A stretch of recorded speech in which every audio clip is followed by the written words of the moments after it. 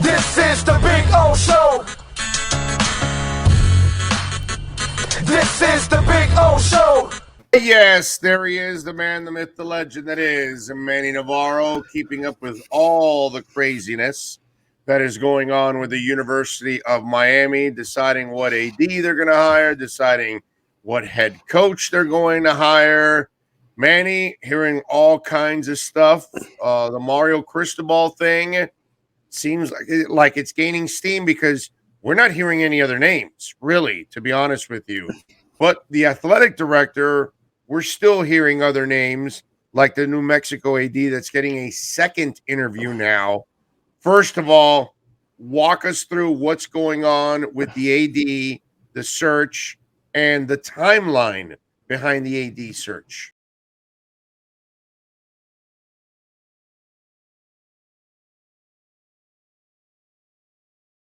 Yeah, there's so much noise coming out. It's really hard to decipher, right? What's the truth and what isn't the truth. And I can tell you that I have had a direct pipeline, to the people actually involved in the search process since November 2nd. So I can say that I feel like I'm getting real answers when I ask questions. So I may not be the first to throw out a name, but when I get a name and am able to say things like Eddie Nunez being a strong candidate, I really believe it. So I can say as far as the timeline is concerned, what I learned yesterday was, that they may not make these announcements concurrently. In other words, I think while the aim was to try to have the AD and next head coach in place at the same time, it may not work out that way just because of timing and the process. So I know that they're still interviewing AD candidates today. I was able to confirm that. Beyond today, I don't know that it'll go much longer. We'll see once they make a final decision or ready to announce a final decision on the AD. But I think Eddie Nunez is a very good bet. I know that others have been interviewed: Gino Torretta, Alonzo Highsmith. I know there's been other names out there: Tom Jurich, which I think was basically dismissed after my conversation with people in the administration. So we'll see who the person ends up being. But I know there's a lot of people who are thinking it's going to be Eddie Nunez and potentially an Alonzo Highsmith in a football type role, where he's in charge of the football program. I ultimately don't know that to be the case. I think it's just speculation right now. As far as the structure, I think it's going to be ultimately up to the next head coach or whoever the head coach becomes, whether or not a football czar role type emerges. So we'll see. I know, look, what makes sense to me, is that Mario Cristobal is coaching Friday, and knowing Mario Cristobal and the way that he is, he right now his focus is on the job that he has, right? And I think you saw moves like Brian Kelly and Lincoln Riley because their teams weren't playing in conference championship games and don't have a chance at the playoff. I think Mario is coaching through this weekend or coaching through Friday, and then we'll find out hopefully sometime after this weekend whether or not he wants the job. I don't know for sure that it's a slam dunk that he's going to take it. I think it's a lot of speculation right now, but hey, that might very well be the case, and that might be how this thing plays out. And go ahead. We'll see. Let me run something by you because I think it's something that most of us don't talk about, don't think about. But as the dude that I am, I always think about these things that sometimes people don't want to address. Okay. And when they talk about this czar shit, okay, it sounds great in theory, but think about this, Manny, that nobody really thinks about. So you're the athletic director of the University of Miami. You're going to take over and you're going to run the athletic department, and you're going to run everything that isn't the priority. And so all of a sudden, the guy that's your right-hand man that works under you, the czar of football, is running the thing that everybody really cares about. Let's be honest now. Right. We all like basketball. It's a nice little toy. And when Larinaga has a nice little team, we pay attention to it, just like Leonard Hamilton. And I was at the Miami Arena when we had 12 and 14,000 people at that arena for certain games like Boston College, I think it was, or there were a couple of those games that I remember being there and covering that kind of stuff. And baseball's the same way. Oh, they're good. Okay, great. We'll watch baseball a little bit. But we have no fanaticism about basketball or baseball like we do about football. So think about this. The athletic director that takes over has been neutered about the most important job that he has. So he or she that gets that job is really never going to be given credit for being a good athletic director. Well, hey, the volleyball team's doing good. Well, we don't care about volleyball. Hey, the golf team's well, we don't care about the golf. Hey, crew's doing great. We don't care about crew. Oh, the football team's doing great. Oh, the football czar is doing great. That's a really difficult dynamic. And then if you're the president, are you hiring an AD and going, well, we're hiring you, but you don't need to make any of the football decisions. So your job's a lot easier. So we don't have to pay you nearly as much as another AD because you're not handling football. That becomes a mess, Manny. Yep. That becomes a difficult situation for any AD that takes over because they will never be given any credit for anything that goes on with the most important thing that goes on in your athletic department because it's the one sport that's going to feed everything else. Yep. So does anybody ever think about that? I do, but I don't know most humans do. I don't think they think about those kind of scenarios. And I'll say this, I had an interesting conversation. I'm not going to reveal which former Hurricane it is, but you can put two and two together, I'm sure. But this guy knows Mario well and knows the administration well. He's very active. But he was saying, and he made great points when we had this conversation yesterday, that it's not just the athletic director, but think about the football coach. I mean, how many football coaches have somebody, sort of as an overlord over them, right? And if you're going to bring in a new football coach like Mario Cristobal, who knows what he's doing, who's had success already, do you think he wants to have to, hey, what do you think about this, Zoe? Hey, what do you think about this, Gino? Like, do you really think that's something? At this level, he knows more than Zoe and Gino put together. Right. So that's why I think while the idea of the football czar was brought up for Manny Diaz, right, after his first year when they went 6-7, and it made sense because you didn't have an experienced head coach. You had a guy who was making mistakes on the job. I think this time around, while it's an idea I think that's been romanticized because Miami fans want an Alonzo Highsmith involved, right? I think you also have to take into account what a new athletic director and what potentially could be a new head coach would want in this situation. And so while we certainly can say, I think Miami's administration has done their due diligence talking to Alonzo Highsmith and talking to Gino Torretta about potential jobs, I don't know that you have a perfect marriage set up for the future where that is a slam dunk. I think it's just a possibility. And I think that's the way we got to think about that. I'm with you 100%, dude. It's just sometimes we get in this fantasy world and we're so unrealistic. It's like tank for Tua. Okay, so you're going to tell a professional player to go tank and give up on a season for a college player the following year, and you're telling that professional to then put on tape that he wasn't trying to tackle, he wasn't going to cover somebody, wasn't trying to catch football. So then when he's free agent at the end of the year, how does he explain that to his next employer? How about you? Why don't you go quit on your job? Like, hey, Manny, why don't you just, go cover a game and send into your editor one paragraph? Here's my article. Oh, yeah. Manny, we need 1,500 words here. Well, today I feel like taking it easy, so here's 55 for you, and print that, bitch. See how that goes. You know what I'm saying? Right. What's the latest one? Oh, here's the latest one that some fans have told me. Well, we demote Flo. We make him the defensive coordinator, and we go find another head coach. And I go, oh, okay, so somebody comes to your job, and you're the manager of the supermarket, and they come and they say, well, we want to make you a cashier now. We're going to hire somebody else to be the manager. And you're gladly going to take the demotion in front of everybody, and that's it, right? It's like, okay, so you're that gutless too?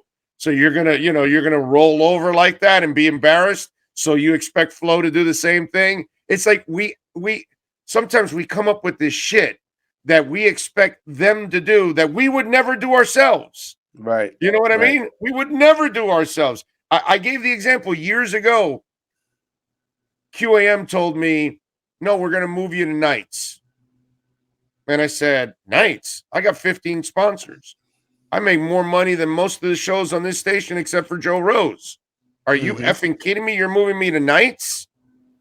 And you know what I did? I left at 6:40. Mm-hmm. And while I was at 6:40, they begged me 3 times to come back. It took the third time for me to come back. But you think I was going to take a demotion from their ass? Right. F you, dude. I got too much pride in what I do. Screw you. So, Right. it's like I love no, we'll tell Flo he can be the defensive coordinator because that's Right. well, no, we'll have a football czar. We'll neuter the AD. It's like they come up with this shit that it's like, think about it. You're going to take an AD job and not have any power, basically. Mm-hmm. Come on, man.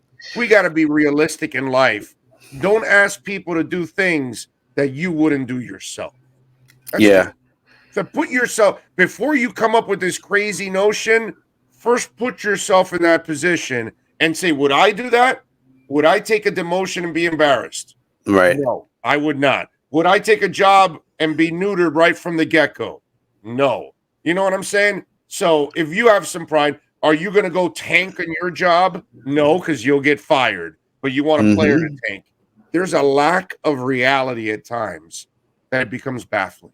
Well, people I don't think they think enough about an actual situation. They just want a result. They're just saying, fire Manny, bring in Cristobal. And, it's easy to throw stuff out there. And I've had conversations with people in Miami's administration over this because it's frustrating for them. People are throwing out all these rumors and all these things that just aren't true. And they're trying to go about a search the right way. They're obviously trying to, I think, have conversations with Mario Cristobal the right way.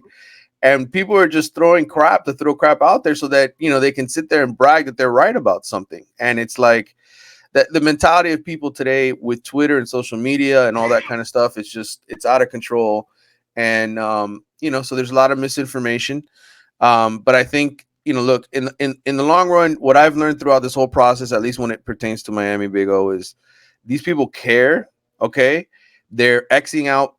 I think they've learned too where a lot of their leaks come from, right?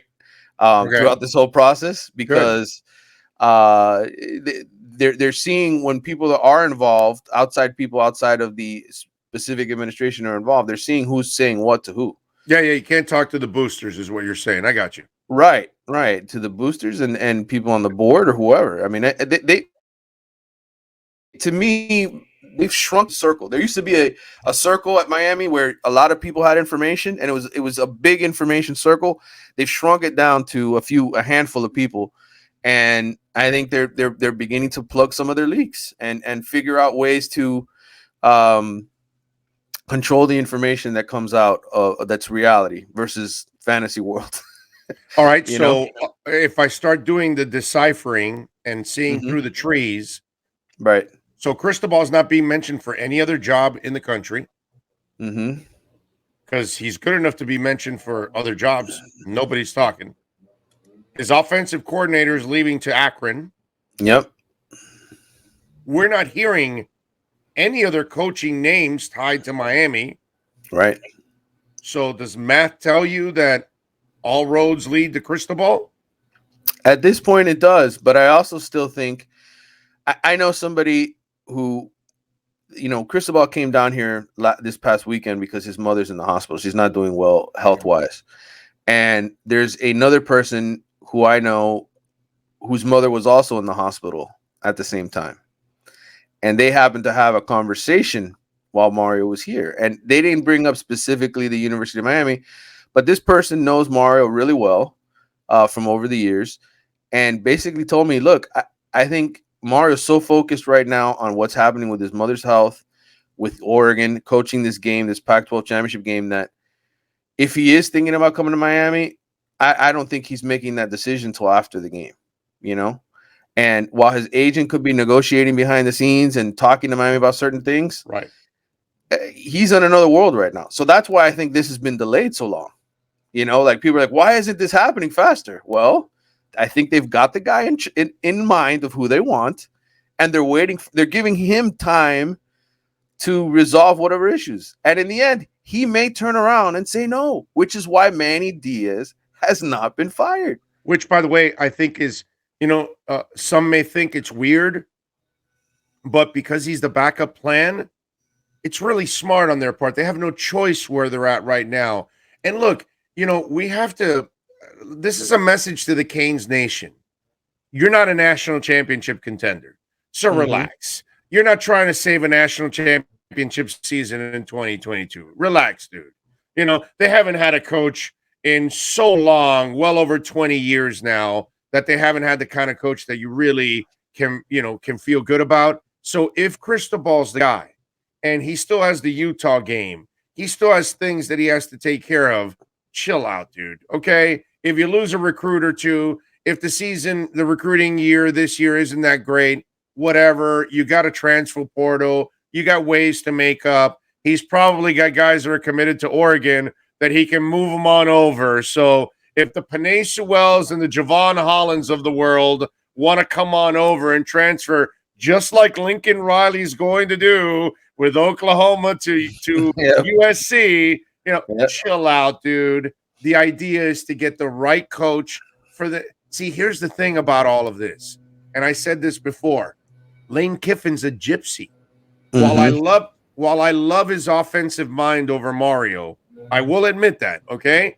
And I'll tell Mario straight up to his face if he ever asks me that question. Did you ever say that? And I'll say, how's the yeah, okay? I like his offensive mind over yours, Mario, okay? But I like Mario over Lane because Mario wants to be one of us. South Florida, Miami, Canes, all of that. Lane Kiffin's a gypsy, dude. Saban leaves in 2 or 3 years, he's going to want the Alabama job. He's going to want to move on to the next girl and the next girl and the next girl because he's a playboy. He's that guy. I want a family guy because I'm a family guy. I'm born and raised here. I'm here. Mario would be one of us. So that's the reason why I like Mario, because long-term, that's what they've been dying to find.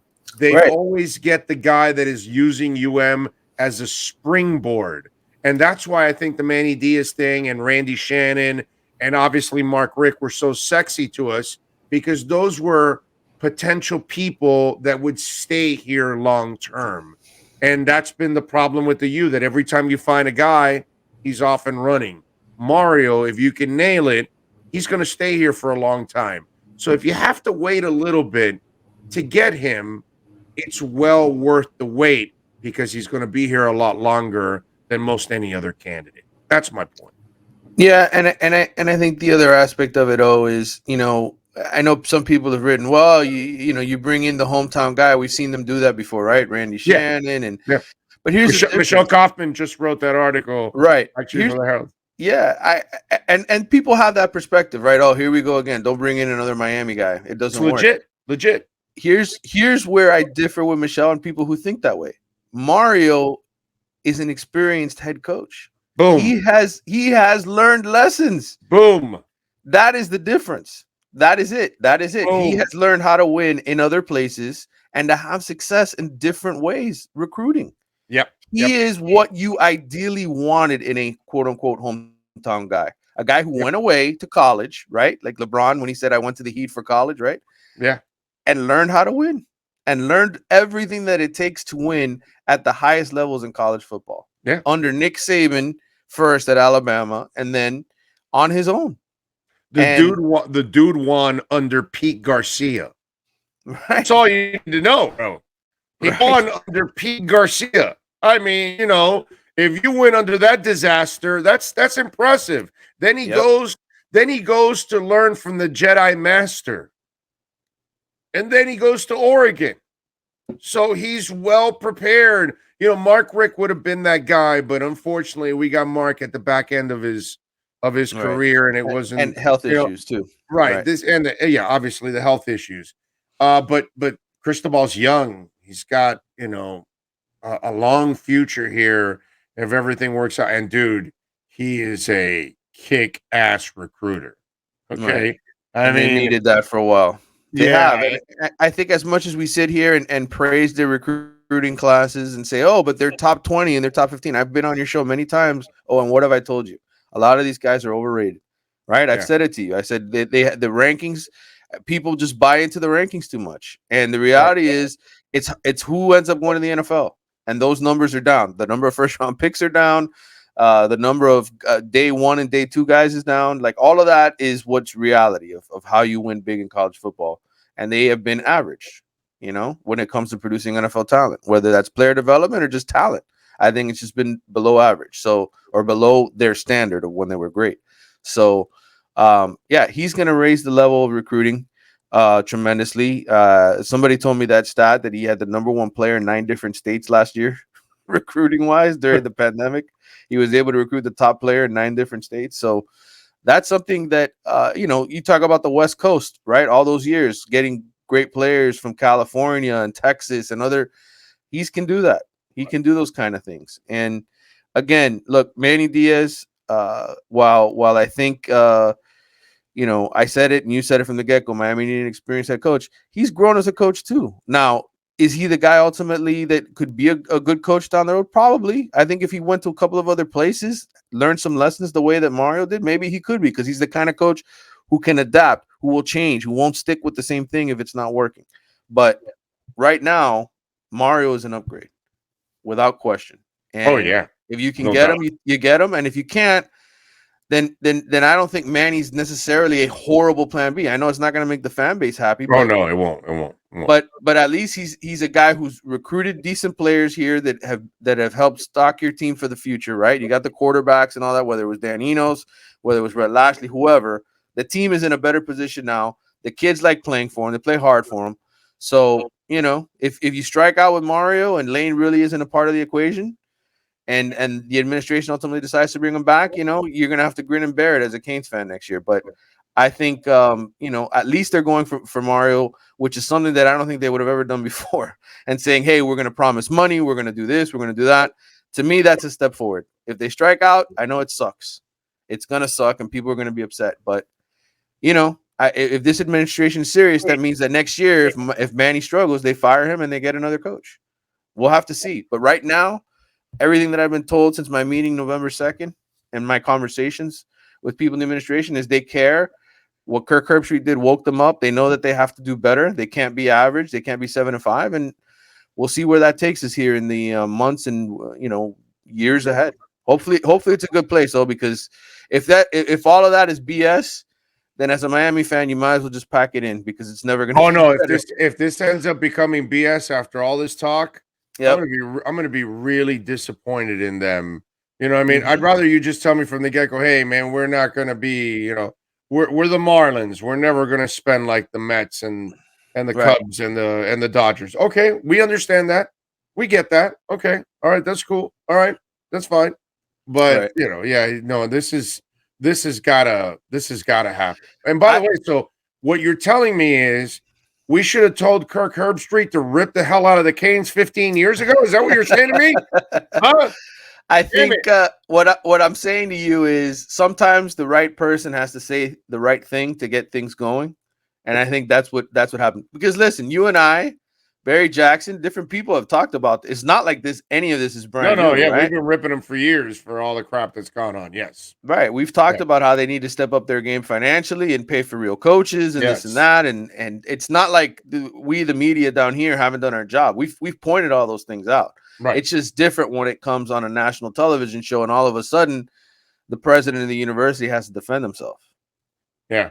So I think that you can thank Kirk Herbstreit for doing. But other than that, this has been needed for a long time, and I think ultimately it's a good thing that all this is happening. That all these people say they care. That the Mosses and the what is it? The Ruiz guy, all the guys who say that they're going to spend money, they're saying it. Although I will tell you, somebody said this to me yesterday. They said, so where's the money?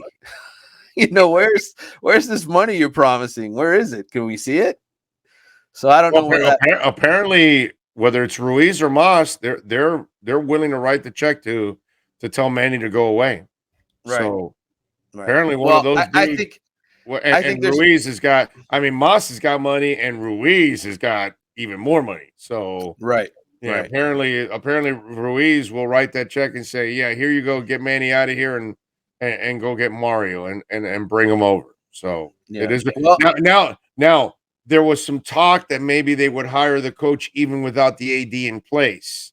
But because of the delays with Mario, and he still has the Utah game, and he's going to do the responsible thing with Phil Knight. A lot of people saying, "Oh well, if he leaves, then Phil Knight's going to be pissed, and they're not going to be a Nike school." And I'm thinking the other way, actually. One Phil Knight, I think, understands that Mario's going home. Nobody really ever gets pissed at somebody for going home. And he knows his mom is sick and all that kind of stuff. I think Phil Knight is not going to act like a jerk. Plus, he knows Mario's good. And if he's going to turn the Canes into something good, he wants the Canes wearing Nike anyways. So, yeah. And if you're Phil Knight, you don't want to act like the dick and act like where I'm in Cleveland. Speaking of dicks, the guy that runs the Cavs. Right. Well, you know what I'm saying? I'm in the perfect spot. So you don't want to be Gilbert, right? Dan Gilbert, I think Dan Gilbert, name. Yeah.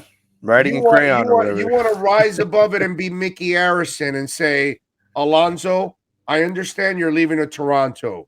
I mean, to the Nets. You have an opportunity with Jason Kidd to win a title. You just came off of a kidney ailment. We're in a rebuild. We get it. Zolan ended up coming back. It became good karma because he helped them win that title in 2006. You know what I'm saying? But Mickey could have acted like a jerk. Hey, dude, I just gave you $55 million the last 3 years. You ended up with a kidney ailment, and I didn't get anything out of that. And now you're going to leave to the Nets? He didn't do that. He wished him the best. I think all these people that think Phil Knight's going to act like a jerk, Phil Knight's going to know what the big picture is. He's got to act like he's got to be gracious about this and wish Mario well. And at the business side, say when your school kicks ass, it's a Nike school. So that kind of stuff. So I think. Do you see it the same way that Phil Knight will probably actually act professional about this? He'll be more Mickey Arison than Dan Gilbert. Do you agree? Yeah, I mean, I've yet to see Phil Knight tied to any public disparaging of coaches or people who come to Oregon. Like, I don't think he's necessarily. I don't think he's gotten into any feuds with whether it was Chip Kelly or anybody else that's been there.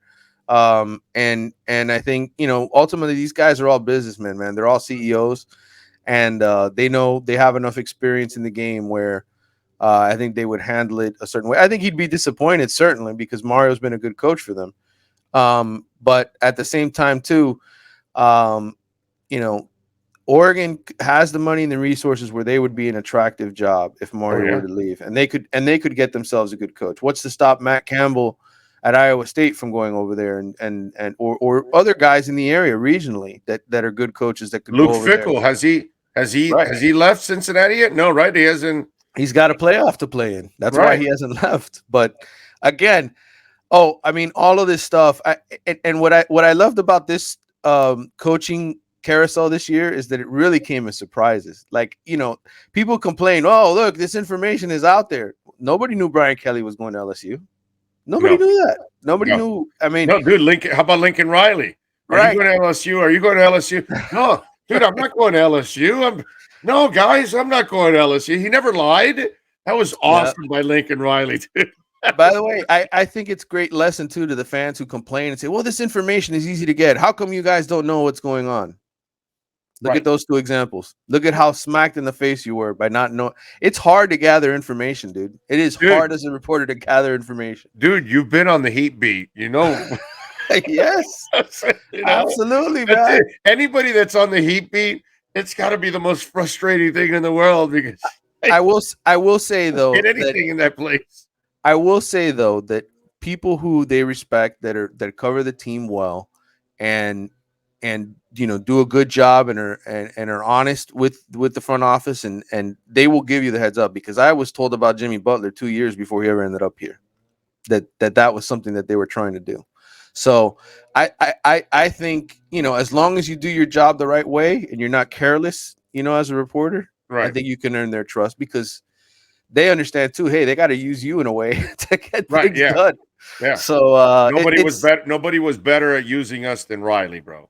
Yep. Nobody. Yeah. But then at the same time, listen, Riley invited me into his office along with a couple of other people, and he takes care of us and he talks to us honestly about things too. So it's a give and take job. But Riley's awesome, man. Yeah, awesome. But it is what it is. So I just think in today's world, what I would tell people, because it's annoying as a reporter, where people are sending me pictures, screen grabs of rumors that are out there, and they're like, tell me if this is true, tell me if this is true. And it's like, all I can tell people over and over again is,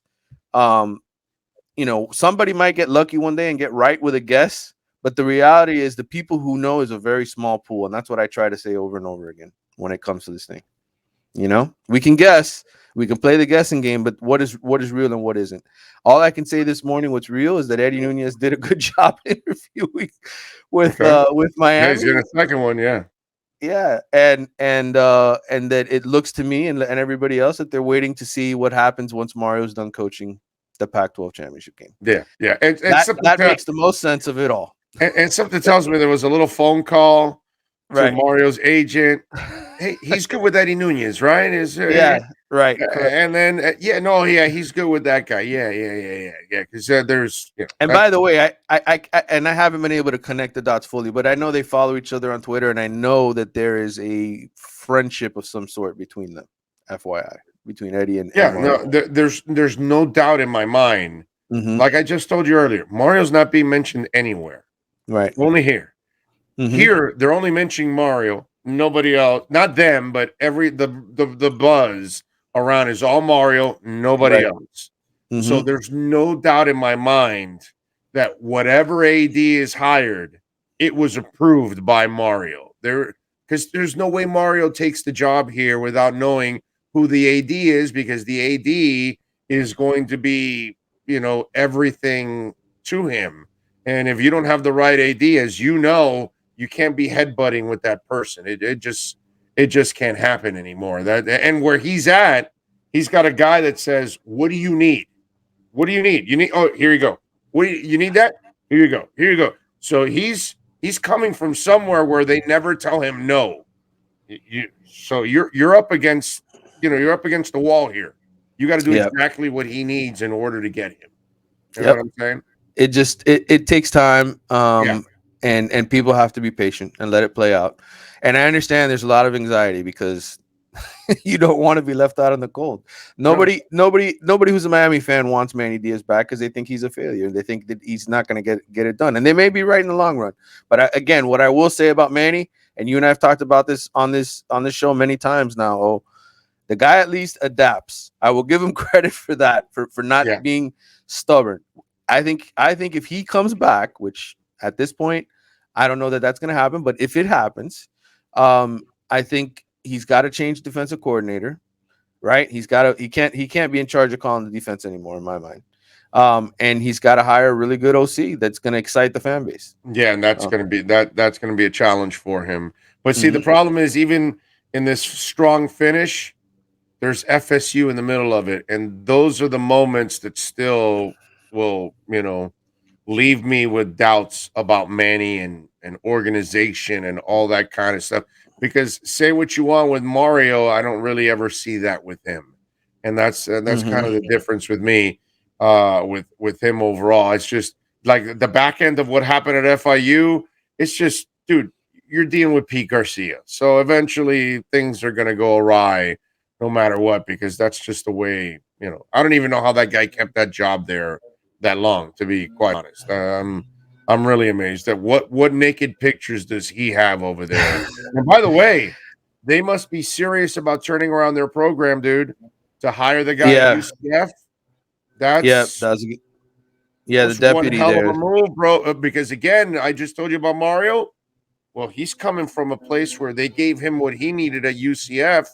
From they were able to do whatever. Well, this guy's they got big names. This guy's gonna have to fundraise like hell.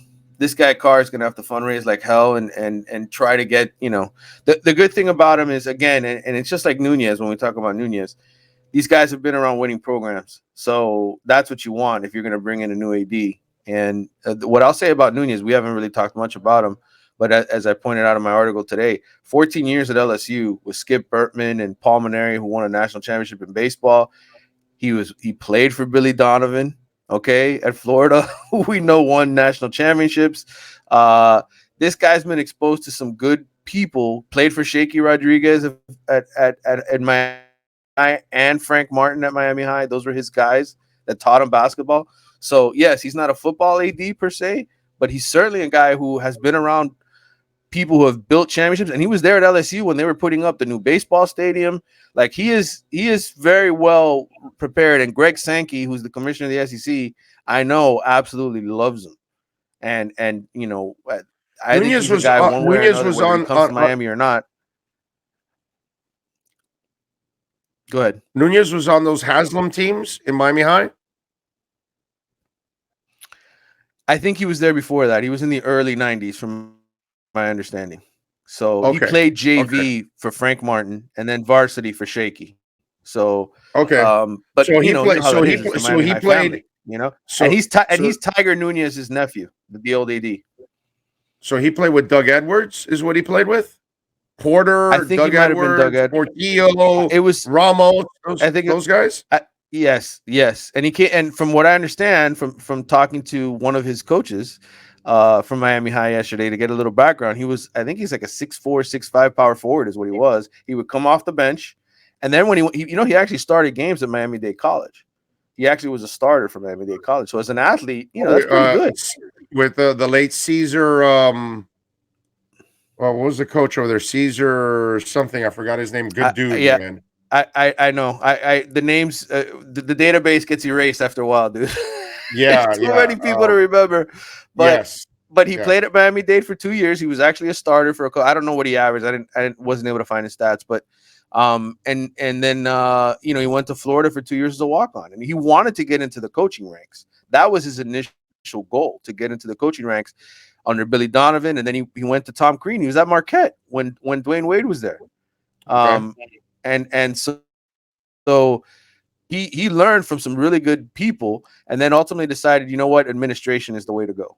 And he's been doing that ever since. He's been involved in it for the last 20 years. So as far as a potential AD, I think he's a good hire. I think he is.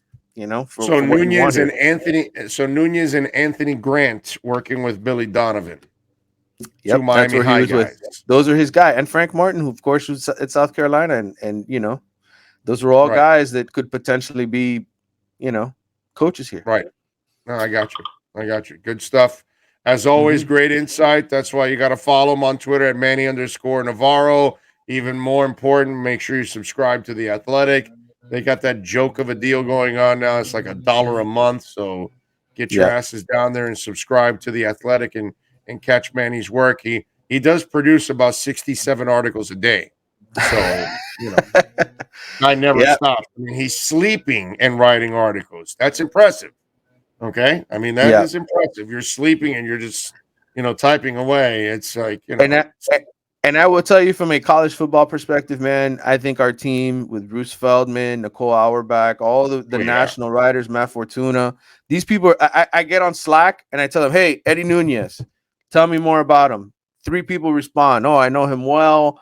We talk all the time, blah, blah, blah, blah. I mean, the wealth of information, the people who are working at The Athletic is ridiculous. And it goes beyond college football. I mean, just the coverage, the amount of smart people working there, well-connected people in sports. It's worth the buy right now.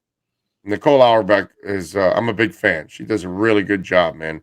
I like her. I like her overall. She does a really good job. All right. Follow him on Twitter, Manny_Navarro, and the homework. Subscribe to The Athletic. Manny, see you on Friday, my brother. Appreciate you as always. Thank you, my man. Good talking to you. Take care. You got it. All right. Give me a couple minutes here. Let's rest the voice here. We'll take a quick break. We'll come back. We'll take any questions and comments from you guys. And I got a couple of other things that I want to talk about. Got Sean Stanley driving it. Back with more right here on the Big O Radio Show. This is the Big O Show.